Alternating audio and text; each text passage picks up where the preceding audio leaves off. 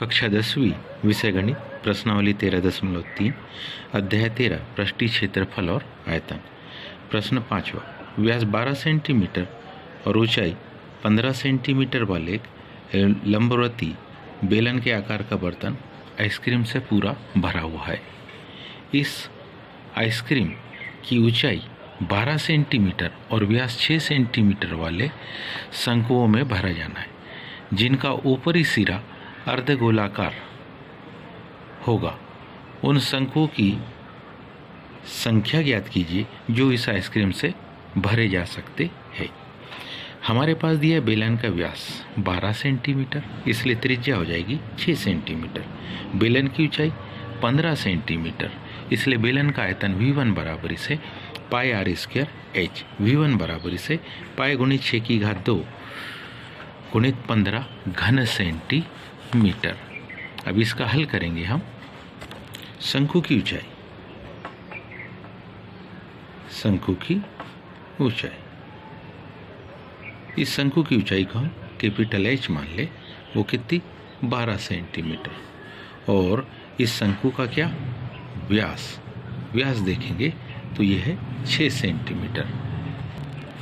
इसलिए इस शंकु की क्या त्रिज्या, क्योंकि पहले भी हम त्रिज्या मान चुके, इसलिए दोनों त्रिज्या में अंतर करने के लिए स्मॉल और कैपिटल रख रहे हैं। क्योंकि व्यास 6 है तो 6 का आधा होगा त्रिज्या। क्योंकि शंकु का आयतन, शंकु का जो आयतन का सूत्र है, मान लो शंकु का आयतन V2 1/3 pi are square H। V2 बराबरी से क्या 1/3 पाई क्या 9 × 12। 3 से 9 को काट सकते, 3 × 9 और 12 × 36। तो ये जो शंकु का आयतन होगा वो V2 बराबरी से कितना हो जाएगा 36 पाई घन सेंटीमीटर। अब हम जानते, क्योंकि शंकु का ऊपरी सिरा, क्योंकि किसका शंकु का ऊपरी सिरा कैसा है अर्धगोलाकार, इसमें भी आइसक्रीम आएगी। इस अर्धगोलाकार का हम आयतन निकालेंगे, इसलिए अर्धगोले का आयतन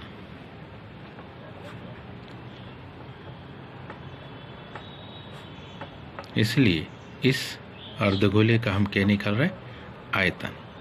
इस अर्धगोले के आयतन को मान लो हम V3 कह दे, तो ये V3 हमारे पास होगा 2/3 पाई आर की घात 3 के बराबर। क्योंकि इसकी भी जो त्रिज्या होगी वो कौन सी शंकु की त्रिज्या के ही बराबर होगी। तो ऐसी कंडीशन में मान आएगा हमारे पास में V3 का 2/3 पाई आर की घात 3, मतलब 3 की घात 3। 1 3 से 3 कट जाएगा, तो 3 × 3 9, 9 दूनी 18। तो V3 बराबरी से क्या 18 पाई घन सेंटीमीटर। हम जानते हैं शंकु और इन दोनों के आयतनों को हम जोड़ेंगे तो एक शंकु में भरी जाने वाली आइसक्रीम की मात्रा आ जाएगी। तो आइसक्रीम से भरे शंकु का हम आयतन निकाल लेंगे। आइसक्रीम से भरे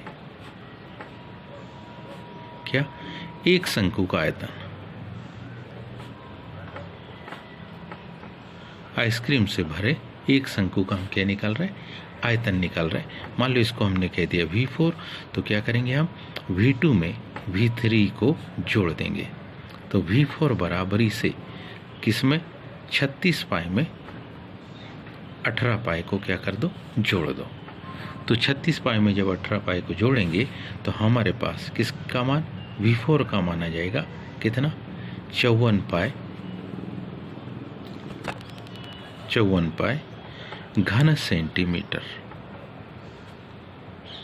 अब हमें शंकुओं की संख्या निकालनी है कि इससे कितने शंकु भरे जा सके। किसकी? शंकुओं की संख्या। जब शंकुओं की हमको तो हमारे पास होगा बेलनाकार पात्र में, जो बेलन का आकार है, बेलनाकार पात्र में काहे का? आइसक्रीम का आयतन। बेलनाकार पात्र में किसका? आइसक्रीम का आयतन बटे क्या? एक शंकु में भरी आइसक्रीम का आयतन है। एक शंकु में भरी किसका? आइसक्रीम का आयतन।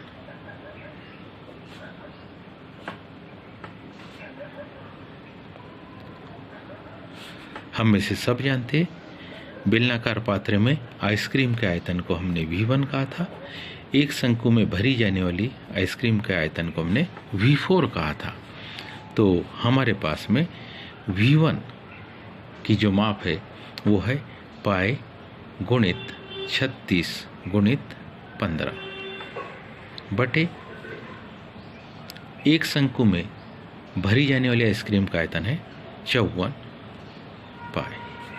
पाई से पाई कट गया, 18 दूनी 36, 18 तिया 54, 3 एका 3, 3 पाँचे 15, पाई से पाई कट गया, तो 5 दूनी 10। तो हम लिख सकते हैं क्या? अतः क्या लिख सकते हैं हम? अतः 10 शंकु ऐसे हैं, 10 शंकु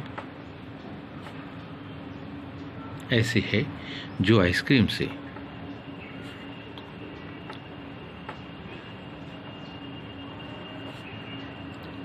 क्या भरे जा सकते हैं। उम्मीद है ये आप सबको समझ में आया होगा। आज के लिए इतना ही, शेष कल।